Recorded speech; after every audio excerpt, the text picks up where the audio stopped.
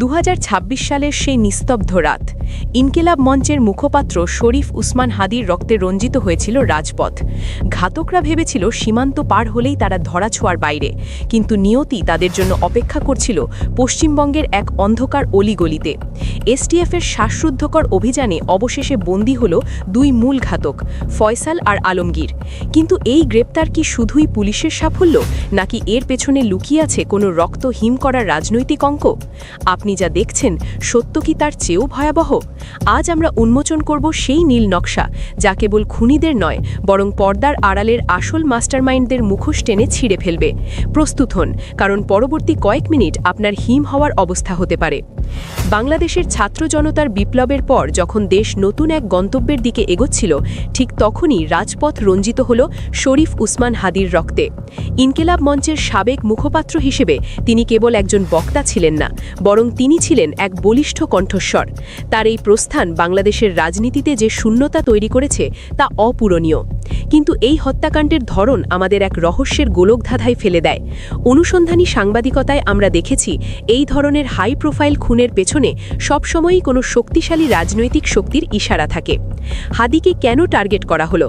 তিনি কার পথের কাঁটা হয়ে দাঁড়িয়েছিলেন?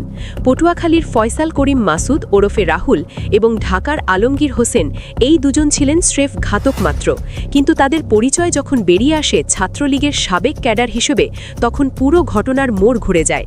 এটি কি কোনো পুরনো রাজনৈতিক আক্রোশ, নাকি নতুন বাংলাদেশের স্থিতিশীলতা নষ্ট করার এক ভয়াবহ প্রচেষ্টা? হত্যাকাণ্ডের পর ফয়সাল এবং আলমগীর যেভাবে উধাও হয়ে গেল, তা রীতিমতো সিনেমার গল্পকেও হার মানায়। বাংলাদেশ পুলিশের গোয়েন্দা জাল ছিঁড়ে তারা কিভাবে মেঘালয় সীমান্তে পৌঁছালো? মেঘালয়ের দুর্গম পাহাড়ি অঞ্চল এবং ঘন বনজঙ্গল ব্যবহার করে তারা ভারতে প্রবেশ করে। এই ধরনের অপারেশন কোনো সাধারণ অপরাধীর পক্ষে একা করা সম্ভব নয়। এখানে কাজ করেছে একটি সুশৃঙ্খল নেটওয়ার্ক। ভারতের পশ্চিমবঙ্গ পুলিশের স্পেশাল টাস্ক ফোর্স জানিয়েছে, এই খুনিরা অবৈধভাবে অনুপ্রবেশ করে ভারতের বিভিন্ন প্রদেশে আত্মগোপন করেছিল। তারা বারবার তাদের অবস্থান পরিবর্তন করেছে, পরিচয় গোপন রেখেছে এবং হয়তো কোনো স্থানীয় শক্তির আশ্রয়ও পেয়েছে। প্রশ্ন জাগে, এই দীর্ঘ সময় ধরে তাদের আর্থিক এবং লজিস্টিক সাপোর্ট দিল কে? এই রহস্যের জট খুললে হয়তো অনেক রাঘব বোয়ালের নাম সামনে চলে আসবে, যা শুনলে অনেকেরই হিম হবার অবস্থা হতে পারে। দীর্ঘদিন আত্মগোপন করার পর হঠাৎ কেন তারা বনগা সীমান্তে ফিরে এলো? ভারতীয় গোয়েন্দাদের দাবি, তারা পুনরায় বাংলাদেশে প্রবেশের ছক কষছিল। সম্ভবত তারা মনে করেছিল যে ওপারে পরিস্থিতি তাদের অনুকূলে, অথবা তাদের কোনো নতুন অ্যাসাইনমেন্ট দিয়ে পাঠানো হচ্ছিল। কিন্তু ভারতীয় স্পেশাল টাস্ক ফোর্সের কাছে আগাম তথ্য ছিল। শনিবার দিবাগত রাতে যখন বনগার সেই গোপন আস্তানায় অভিযান চালানো হয়, তখন খুনিরা পালানোর কোনো পথ পায়নি। ফয়সাল এবং আলমগীরকে হাতে নাতে গ্রেপ্তার করার পর তাদের যখন জিজ্ঞাসাবাদ করা হয়, তখন বেরিয়ে আসে অবৈধ অনুপ্রবেশের সুনির্দিষ্ট ধারা। কিন্তু আমাদের নজর শুধু তাদের গ্রেপ্তারে নয়, বরং তাদের এই মুভমেন্টের পেছনের কারণ বিশ্লেষণে। তারা কি বাংলাদেশে ফিরে এসে কোনো বড় ধরনের রাজনৈতিক অস্থিরতা তৈরির নীল নকশা বাস্তবায়ন করতে চেয়েছিল? দর্শক, ভিডিওর আরও গভীরে যাওয়ার আগে আপনাদের কাছে একটা অনুরোধ, এই ধরনের প্রতিটি গুরুত্বপূর্ণ আপডেট এবং ইন-ডেপথ অ্যানালিসিস পেতে আমাদের চ্যানেল নিউজ বিডি লাইভ এখনই সাবস্ক্রাইব করুন। ইতিহাস আমাদের শিখিয়েছে, রাজনৈতিক হত্যাকাণ্ডের বিচার অনেক সময় আইওয়াশ বা লোক দেখানো নাটকে পরিণত হয়। আপনাদের মনে আছে 2018 সালে ইস্তাম্বুলের সেই রক্ত হিম করা জামাল খাশোগি হত্যাকাণ্ডের কথা? গোটা বিশ্ব যখন ক্ষোভে ফেটে পড়ল, তখন সৌদি প্রশাসন তড়িঘড়ি করে কিছু ভাড়াটে খুনিকে গ্রেপ্তার করল এবং কয়েকজনের ফাঁসিও দিল।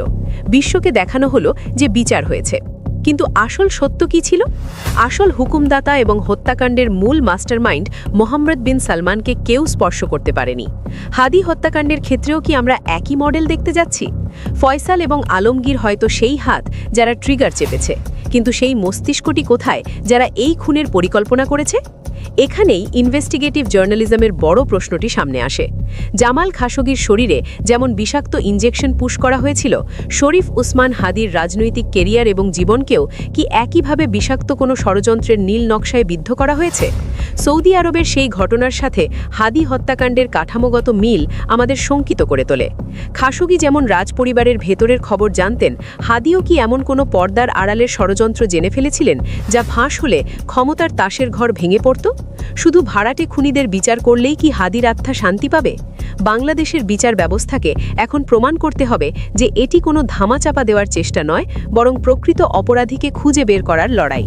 এই পর্দার আড়ালের ষড়যন্ত্র নস্যাৎ করতে হলে আমাদের আরও গভীরে যেতে হবে, কারণ হুকুমদাতারা যখন ধরাছোঁয়ার বাইরে থাকে তখন বিচার ব্যবস্থা স্রেফ একটি প্রহসনে পরিণত হয়। ভূ রাজনৈতিক এই দাবার বোর্ডে ভারত ও বাংলাদেশের সম্পর্ক এখন এক অগ্নি পরীক্ষার মুখে। ফয়সাল এবং আলমগীরের ভারতের বনগাঁ সীমান্তে ধরা পড়া কেবল একটি সাধারণ গ্রেপ্তার নয়, এর পেছনে থাকতে পারে দীর্ঘমেয়াদী কোনো ইন্টেলিজেন্স শেয়ারিং অথবা কোনো গোপন পলিটিক্যাল ডিল। প্রশ্ন উঠছে, ভারত কি এই ঘাতকদের স্রেফ অপরাধী হিসেবে হস্তান্তর করবে, নাকি তাদের কাছে থাকা তথ্যগুলো কোনো কূটনৈতিক দর কষাকষির হাতিয়ার হিসেবে ব্যবহৃত হবে? তারেক রহমানের জন্য এখন সবচেয়ে বড় চ্যালেঞ্জ হল ভারতকে এই খুনিদের হস্তান্তরে বাধ্য করা এবং একই সাথে দেশের ভেতরে থাকা তাদের গডফাদারদের মুখোশ উন্মোচন করা। যদি এই প্রক্রিয়ায় কোনো শৈথিল্য দেখা যায়, তবে জনগণের মনে এই ধারণা বদ্ধমূল হবে যে ক্ষমতার পালাবদল হলেও খুনের রাজনীতির মাস্টারমাইন্ডরা সবসময়ই ধরাছোঁয়ার বাইরে থেকে যায়। আমরা যখন এই প্রতিবেদনটি তৈরি করছি, তখন আমাদের কাছে আরও কিছু গোপন তথ্য আসছে। শোনা যাচ্ছে এই ঘাতকদের গ্রেপ্তারের পেছনে হয়তো কোনো বড় ধরনের রাজনৈতিক ডিল বা সমঝোতা কাজ করছে। যদি সত্যি এমন হয় যে মূল হোতাদের বাঁচানোর জন্য এই গ্রেপ্তারকে একটি শিল্ড হিসেবে ব্যবহার করা হচ্ছে, তবে তা হবে অত্যন্ত দুর্ভাগ্যজনক। হাদির রক্ত যেন বৃথা না যায়, সেদিকে আমাদের সজাগ দৃষ্টি রাখতে হবে। শরীফ উসমান হাদি কেবল একজন ব্যক্তি ছিলেন না, তিনি ছিলেন হাজারো তরুণের প্রতিচ্ছবি। ফয়সাল করিম মাসুদ এবং আলমগীরের এই পরিণতি দেশের অন্য সব অপরাধীদের জন্য একটি কড়া সতর্কবার্তা হওয়া উচিত। সীমান্ত পার হলেই যে পাপ থেকে মুক্তি পাওয়া যায় না, তা আজ প্রমাণিত। আমাদের দাবি পরিষ্কার, কেবল অস্ত্রধারী খুনিদের নয়, বরং সেই নেপথ্যের কারিগরদেরও বিচারের কাঠগড়ায় দাঁড় করাতে হবে, যারা সীমান্ত পার হতে এই খুনিদের অর্থ এবং শক্তি জুগিয়েছিল।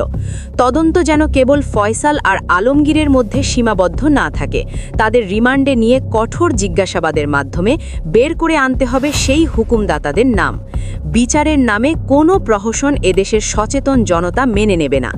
আজকের এই সংকটকালীন সময়ে আমরা যদি চুপ করে থাকি, তবে আগামীর ইতিহাস আমাদের ক্ষমা করবে না।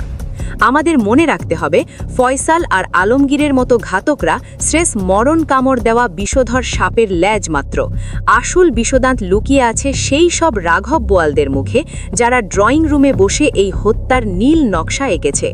এই ঘাতকদের গ্রেপ্তারের খবর যেন আমাদের আসল লক্ষ্য থেকে বিচ্যুত না করে। এই হত্যার নেপথ্যে থাকা সেই অর্থনৈতিক যোগানদাতা এবং রাজনৈতিক প্রশ্রয়দাতাদের আইনের আয়ত্তায় না আনা পর্যন্ত রাজপথ শান্ত হবে না। প্রতিটি বিপ্লবী জনতাকে আজ অতন্দ্র প্রহরীর মতো জেগে থাকতে হবে, যেন কোনো অন্ধকার হাত এই বিচারের প্রক্রিয়াকে শ্বাসরোধ করে হত্যা করতে না পারে। ভাড়াটে খুনিরা আজ খাঁচায় বন্দী, কিন্তু তাদের পেছনে সুতো নাড়ানো সেই অদৃশ্য হাতগুলো কি এখনো মুক্ত বাতাসে ঘুরে বেড়াচ্ছে না?